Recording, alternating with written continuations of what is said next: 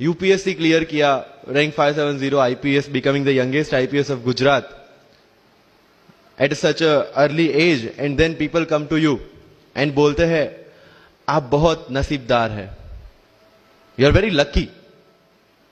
I tell them in reverse, luck favours the brave. कोई अपना luck साथ में लेके नहीं आता, वो बनाना पड़ता है. अगर आपके पास रिस्क लेने का एटीट्यूड है, मैं गुजराती हूं and we know the business, and business का एक ही फंडा है, higher the risk higher the profit. So अगर 8:30 को आपका एक्सीडेंट होता है और 9 o'clock आप मेंस की एग्जाम देने जा सकते हैं, इंटरव्यू से पहले 1 महीने तक आप हॉस्पिटलाइज्ड है और उससे 1 वीक पहले आप दिल्ली जाके उसकी प्रिपरेशन कर सकते हैं, तो luck has to come with you. उसको आना पड़ेगा और आपको आईपीएस बनाना पड़ेगा. लोग बोलते हैं कि एक्सीडेंट के बाद आप जाके आए एंड ऑल, तो द सिंपल था कि मैं एग्जाम के लिए निकला, मेंस मेरा था, सुबह GS3 का पेपर था. 8:30 को मेरा स्कूटी स्लिप हो गया, मेरा लिगामेंट इंजरी हो गया, लेफ्ट हैंड में इंजरी था, सीट से ब्लीडिंग हो रहा था. लेकिन मेरे पास 2 ऑप्शन थे. मैं खड़ा हुआ, मैंने देखा, okay my right hand is safe, and I decided I will go to the exam hall and write the exam. मेरे पास 2 ही ऑप्शन थे. या तो मैं वहां से उठ के रोने लगूं, यार मेरे साथ ही ऐसा क्यों हुआ, मेरा एक्सीडेंट हो गया, मेरा मेंस खराब हो गया, और हॉस्पिटल जाओ. या दूसरा ऑप्शन था कि मैं देखूं कि मैं 3 घंटे और सर्वाइव कर सकता हूं. हाँ कर सकता हूं. मैं मेंस के लिए एग्जाम हॉल में गया. ये जितने भी फोटोग्राफ्स लगे हैं, सर ने जैसे बताया कि जितने भी इंसान सक्सेसफुल हुए, अगर आप उसकी लाइफ स्टोरी देखेंगे तो कहीं ना कहीं एक मोमेंट आता है जहां पे वो इंसान की जो स्ट्रगल है वो पीक पे हो जाते हैं.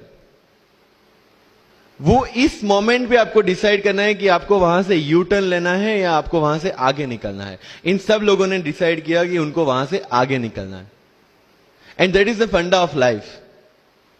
सक्सेस उन्हीं को मिलता है जो इस स्ट्रगल वाले मोमेंट से आगे निकलने की सोचता है.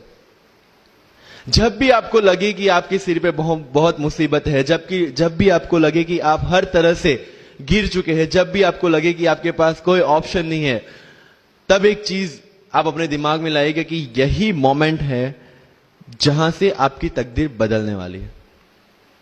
क्योंकि डायमंड जो होता है वो जितना ज्यादा घिसता है उतनी ज्यादा उसकी वैल्यू होती है. सोना जो होता है वो जितना ज्यादा तपता है उतनी उसकी वैल्यू होती है. अगर आप जिंदगी में तप रहे हैं, अगर आप जिंदगी में घिस रहे हैं, अगर आपको लग रहा है कि आप हर तरह से मुसीबतों में गिरे हुए हैं, तभी आपकी जो वैल्यू है वो बढ़ने वाली है. और यही मेरा एटीट्यूड रहा है. लोग बोलते हैं कि तुम्हारी फाइनेंशियल कंडीशन ठीक नहीं थी, पापा इलेक्ट्रिशियन थे, मम्मी हाउसवाइफ थी, डायमंड के कारखाने में काम करती थी, उसके बाद उन्होंने मैरिज में रोटियां बनाने का काम किया, और उस तरह से मैं पढ़ा. लेकिन जब मुझे पूछा जाता है कि ऐसी कौन सी चीज है आपकी लाइफ में जो आप बदलना चाहते हो, एंड आई सेड नथिंग. क्योंकि अगर वो चीजें नहीं होती मेरी लाइफ में तो शायद आज आपके सामने में नहीं होता. तो अगर लाइफ में प्रॉब्लम्स है, अगर लाइफ में स्ट्रगल है, जैसे सर ने बताया struggle is a part of life, and I strongly believe in that. क्योंकि अगर हम दिल्ली में थे, मेरे दोस्त के साथ में निकला बाहर घूमने, तो बोलता है यार ऐसी लाइफ चाहिए, कोई मगजमारी नहीं, आराम से बैठते पूरे दिन एसी वाले कमरे में, बहुत सारे पैसे है और कोई टेंशन नहीं, ऐसी लाइफ चाहिए मुझे. मेरे पास ऑप्शन है. बोलते क्या? बोला देख सामने एटीएम का रूम दिख रहा है, एसी वाला कमरा है, बहुत सारे पैसे, कोई मगजमारी नहीं, जॉब ले ले. क्यों IAS IPS में दिमाग खराब कर रहा है? अगर स्ट्रगल नहीं चाहिए तो you have to compromise with that life. जब भारत वर्ष का सपना चंद्रगुप्त ने देखा, चाणक्य ने देखा, और उस भारत वर्ष को बनाने के लिए जब ये संघर्ष जारी था, और तब राजा धनानंद की डॉटर दूरदराज से चंद्रगुप्त को प्यार हो जाता है, और जब चाणक्य उनको बोलते कि नहीं तुम्हें उससे दूर रहना है, तब चंद्रगुप्त बोलता है आचार्य कभी कभी सोचता हूं कि जिंदगी में या ये भारत के सम्राट बनने के लिए इतना त्याग, इतना बलिदान ना देना होता तो. और तब चाणक्य रिप्लाई करते हैं तो हर कोई भारत का सम्राट होता। This is the fundamental rule of life. अगर आईएएस बनने के लिए, आईपीएस बनने के लिए सैक्रिफाइस करना नहीं पड़ेगा, अगर उसके लिए आपको त्याग नहीं करना पड़ेगा, तो आज पूरे इंडिया में हर घर में आपको आईएएस आईपीएस मिल जाएंगे। So when you are entering into this game of UPSC or MPSC, make sure that you have to sacrifice anything which will take you to your goal. लेकिन प्रॉब्लम ये है कि हमें टेंशन होती है, यार दोस्त की एंगेजमेंट है, उसकी बर्थडे पार्टी है, उसकी शादी है, अटेंड नहीं करूंगा तो बोलेगा मैं तेरी शादी में नहीं आऊंगा, एंड ऑल। लेकिन बिलीव मी, जब आप आईएएस बन जाओगे, वो सामने से याद दिलाएगा, भाई इनविटेशन कार्ड नहीं भेजा तूने। समझ रहे हो? तो जो कुछ भी इसके लिए सेक्रीफाइस कर रहे हो, वो जब आप उस पोस्ट पे पहुंचोगे, सब कुछ वर्थ है, सब कुछ। मेरा इंटरव्यू था यूपीएससी का, मुझे एग्जैक्ट डेट याद है, 23 मार्च को मेरा इंटरव्यू था। 20 फरवरी को मुझे हॉस्पिटल में एडमिट किया गया क्योंकि मुझे इन्फेक्शन हो गया था बॉडी में, एंड बहुत हाई फीवर था, तो आईवी के अलावा कोई ऑप्शन नहीं था। 1 मार्च को ठीक होके मैंने सोचा चलो दिल्ली निकलते हैं। 2 मार्च को मैं दिल्ली पहुंचा। 3 मार्च को वापस से टॉन्सिलाइटिस का अटैक होने की वजह से फ्लाइट लेके वापस से पालनपुर, अहमदाबाद, अगेन हॉस्पिटलाइजेशन। 15 मार्च को I got relieved from the hospital. 16 मार्च को मैं दिल्ली पहुंचा, और 23 मार्च को I gave my UPSC interview. तो 1 महीने का हॉस्पिटलाइजेशन।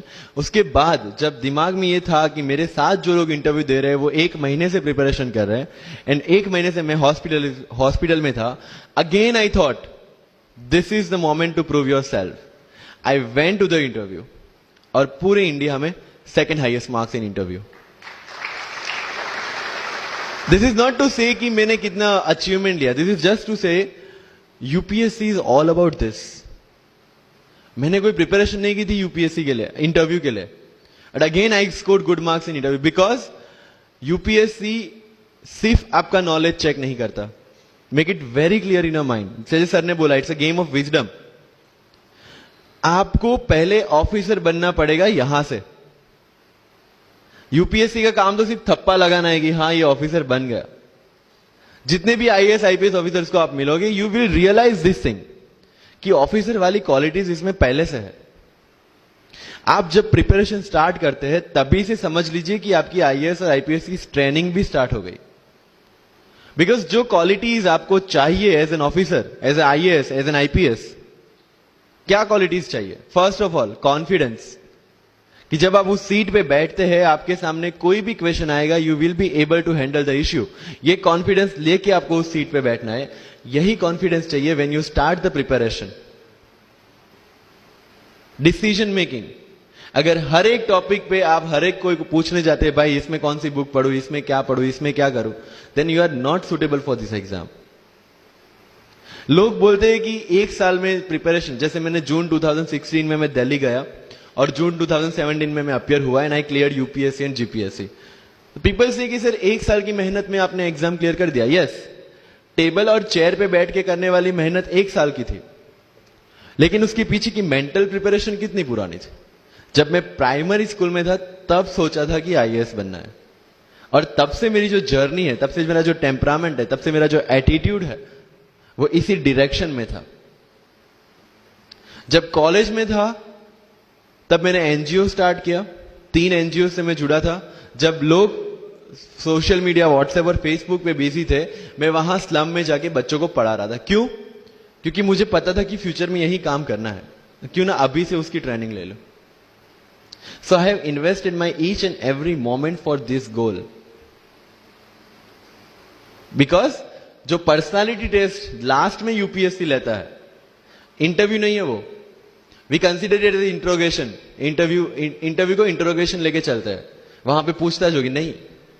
अगर यूपीएससी की इंटरव्यू में 10 में से 9 क्वेश्चन के आंसर भी आप सॉरी सर और sorry ma'am, I don't know कह के देते हैं, उसका कोई इंपैक्ट नहीं पड़ता।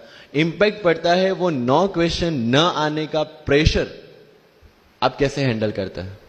आपके पसीने छूट जाते हैं या आप वही टेम्परामेंट के साथ इंटरव्यू कंटिन्यू करते हैं।